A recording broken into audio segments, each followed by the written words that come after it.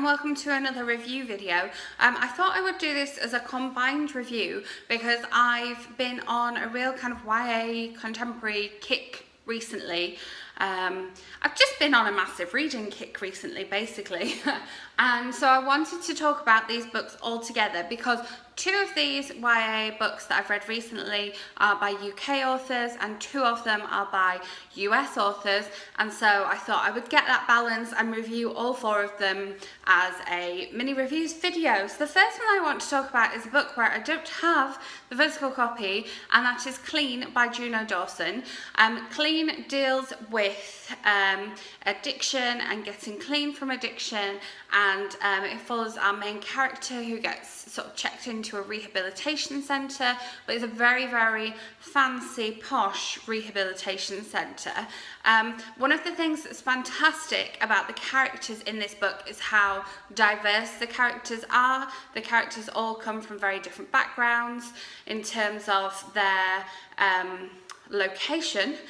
They also come from different backgrounds in terms of the fact that one of the characters in this book has significantly lower sort of social standing than the rest of them, and the book deals with how you deal with addiction when you don't have the money to pay for one of these private rehab centres and how that can affect you.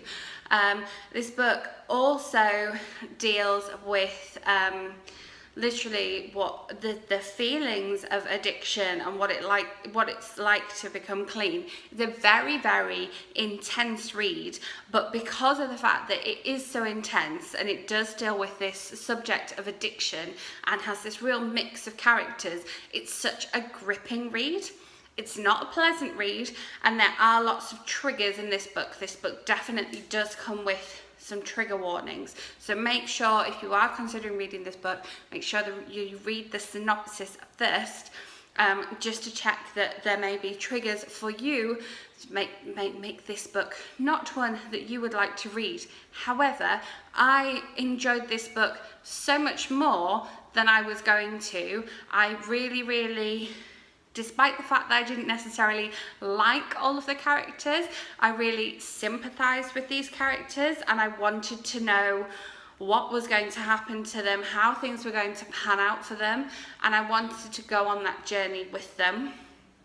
The description of the kind of feelings of addiction and the feelings of becoming clean and the feelings of kind of being forced into that group situation, I thought were just absolutely fantastic. I'm gutted that I don't have a physical copy of this book, but I didn't want to wait until I'd gone out and bought a physical copy to make this video. So I wanted to make this video, but the physical copy is beautiful. It's like a rose gold metallic, but the physical copy itself does have a needle on the front, and my husband is very needle phobic, so I don't think that he would like having the book around in the house.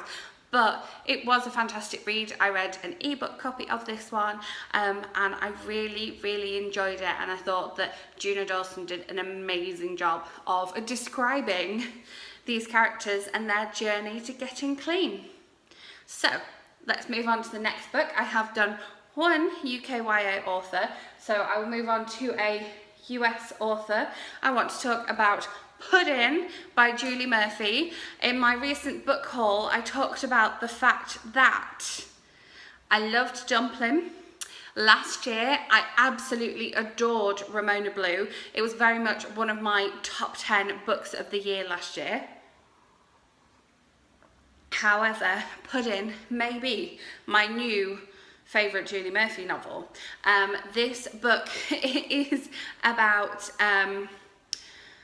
two girls, and it is a dual narrative, so each of them gets their own chapter.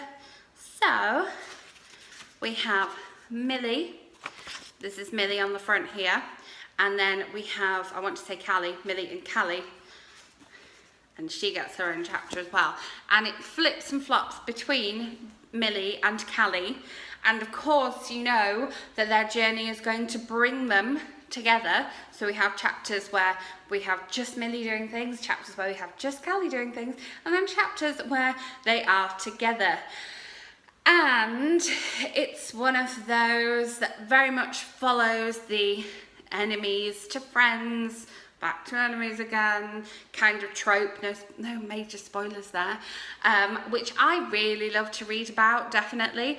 And what is fantastic about this book is that we have Millie, who does feature in Dumpling, and she is a person of size. And so I loved reading about somebody who is curvy just like me, and how she owns it. Her mother wants her to lose weight. She is happy the way she is. Other people talk about her weight. She's happy the way she is. She likes her clothes. She likes her lifestyle. She likes her friends. She has other friends who are the same size as her. She has other friends who are smaller than her, and Callie, in terms of body type, is kind of the opposite of her because she is a dancer, as we can see from the front. Callie is also she is of Hispanic background, I believe. And then we have other characters who, again, are from diverse backgrounds. We're getting these diverse characters in here. We have one character who poses the question, you know, you guys are all talking about getting boyfriends or girlfriends. You know, what if I don't have any sexual attraction towards either of those, you know, genders? What if I don't want to be with anybody? What if I'm just happy being me?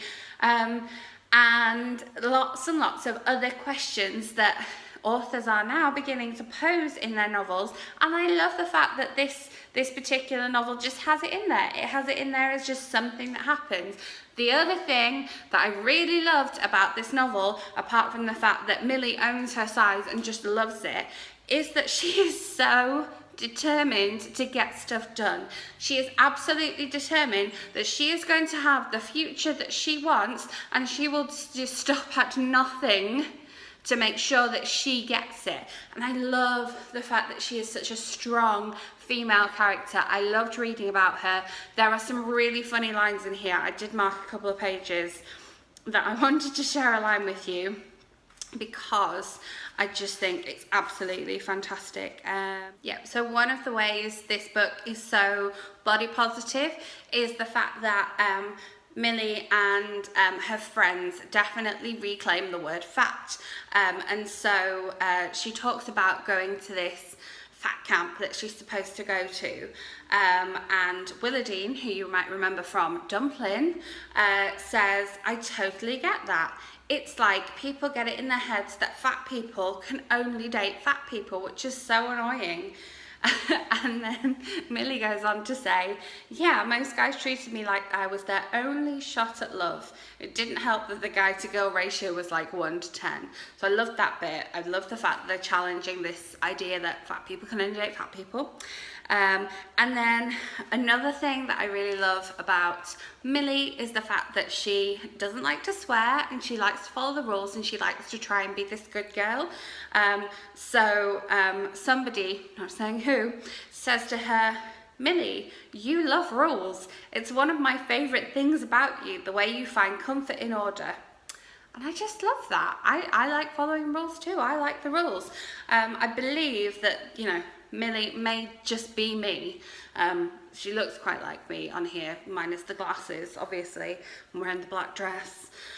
But yeah, this book was just fantastic. We've got some love stories in there. We've got some friendship. We've got going after what you want. We've got not giving up. We've got all the body positivity. We've got the diversity. We've got it's just a whole package. It's just really, really good. It's really hard to not just like fangirl over this and try and be constructive about why it's good and why you should read this novel. But this one is out on the 8th of May in the US and the UK. So definitely go and pick it up because it's fabulous. Then moving on to another UK YA author, and that is Laura Stephen, who is the author of The Exact Opposite of OK. This one, I will just read you the blurb of this one to let you know what it is that is the exact opposite of OK. I'll let you enjoy the cover while I do that. Izzy never expected to be 18 and internationally reviled, but when photos involving her, a politician's son, and a garden bench emerge, the trolls set out to take her apart. Armed with best friend Ajita and a metric ton of nachos, she must figure out who's behind the vicious website while keeping her sanity intact. Izzy is about to find out the way the world treats girls is not okay. It is the exact opposite of okay. And it says, a novel for anyone who's called themselves a feminist and anyone who hasn't. So yes, this book takes on the whole subject of slut-shaming. This book takes on the fact that when a sexual scandal like this comes out, whether it's a tiny thing among a friendship group or something that becomes more part of the public eye because of the notoriousness of the boy or the girl involved, we have a completely different way of speaking about the females and the males involved in these situations, and it is not okay. I really loved Izzy as a character because she, just like Minnie in the last book, knows her own mind. She knows what she wants. She knows what she wants to do. She knows that it isn't easy, but she knows herself as a person. And through all of this slut-shaming and this animosity that she faces because of the lifestyle that she chooses to lead, or because of the attitude that she has to her own lifestyle, she completely doesn't care what people think. She doesn't care what people are saying, or at least she doesn't show them that she cares. She doesn't not care to the point that she is arrogant about it. She just doesn't give in to every little comment or derogatory term or insult that comes her way. She knows about the bigger picture, and she knows about her friends. And yeah, again, this novel has a massively diverse range of characters, that come from different countries. We have characters, different sexual preferences. We have characters who don't necessarily fit the norm. And the other thing I loved about Izzy is that she does not come from a privileged background. She does not come from a lot of money. She does not have a lot of money, and she has to work for the things that she wants and the things that she needs, and she has experienced hardship, and I love that about her. This book is written by a UK author but is set in America, so there were a couple of things that I was slightly questioning about the choice of the language that the characters use, or the kind of attitudes towards some things that the characters have, but that was my only kind of like query with this book.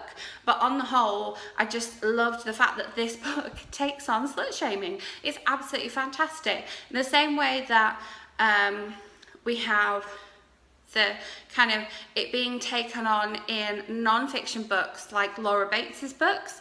This book, it takes it on through the medium of fiction, through the medium of Izzy, and it does it really well, and it is a beautiful book. If you've seen my book haul or you've seen my Instagram, you'll have seen just how gorgeous this book is, and even though it's paperback, it has end pages. So let's move on to the last book. So we're now back to another US author, Gayle Forman, favourite of mine. This is her new YA novel. Her most recent novel was an adult novel, and I haven't finished that yet, but we'll not talk about that. This is her new YA novel, I Have Lost My Way, and if you can't tell from the cover, the fact that this has the New York City subway map on the cover, has it on both sides of the cover there. This book is set in New York. This book is also set across just one day, something that Gayle Forman does well. And this book concerns 3 different characters. We have Freya, Harren and Nathaniel, and all of them have lost their way in some way. We as a reader are not entirely sure how or why or how they're going to find their way when we begin the book, but as their stories intertwine and intermingle, just like on the cover, we get to know how they have lost their way and kind of guess about what they're going to do about it. I really liked the fact that these three characters sort of all twisted together. I'm actually completely jealous that she's written it in this way. It is such a clever way to structure the book. The structure of this book is definitely my favourite thing about it. So we have a chapter where we kind of meet all the characters, and that particular chapter is a multiple narrative chapter. So the different parts of their story are separated with, now I can't find a good example of this, separated with sort of lines to show when one person finishes and another person begins. And we see them at the beginning of this day, coming into New York, and then the way they are brought together. We then have chapters where we have a chapter for Freya, a chapter for Harren, a chapter for Nathaniel. It doesn't always go in that order, it switches about a bit, and sometimes that chapter is more in the present, sometimes that chapter is a flashback, so we get to see exactly how they have come to have lost their way. Freya is of Ethiopian heritage, Harren is of Pakistani heritage, and I believe that Nathaniel is white, I'm not sure. Harren also has some secrets that we don't necessarily find out about until later on in the book, and Nathaniel has some secrets that we don't find out about until right at the end of the book. It's very exciting. I love the way that Gayle Forman has structured this, love the fact that it's set in New York City, I love the fact that it's set over one day, and I love the fact that these characters, again, are diverse characters. I like the fact that we have all these books that I've talked about here with very diverse characters in. So, I hope that you enjoyed my review of these 4 YA novels that I've read recently, 2 UK YA and 2 US YA. 3 of them are set in the US, and one of them is set all over the place. But I wanted to highlight these because I have enjoyed all 4 of these novels so much recently. Aside from Puddin', they are all currently out. The Gayle Forman and the Juno Dawson both had their UK release on the 5th of April, and Puddin' comes out on the 8th of May. And yeah, I highly recommend all 4 of these novels. I hope you have enjoyed this video. Let me know in the comments if you like this format of the kind of 4 reviews together rather than standalone reviews. As I say, highly recommend these novels, and if you enjoyed this, give it a thumbs up. Make sure you're subscribed so that my next video lands in your subscription feed. I've got some really interesting things coming up. Thank you so much for watching. Bye.